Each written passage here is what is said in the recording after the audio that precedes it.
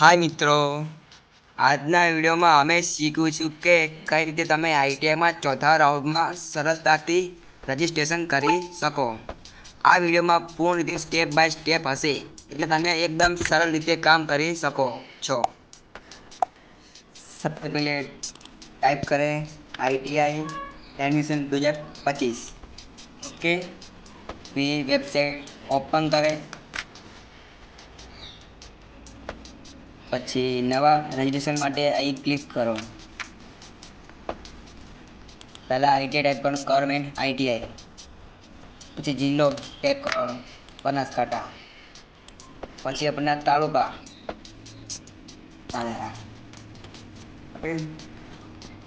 फिर ये खुल गया है, फॉर्म भरना है, टाइप करने का है सब फुल।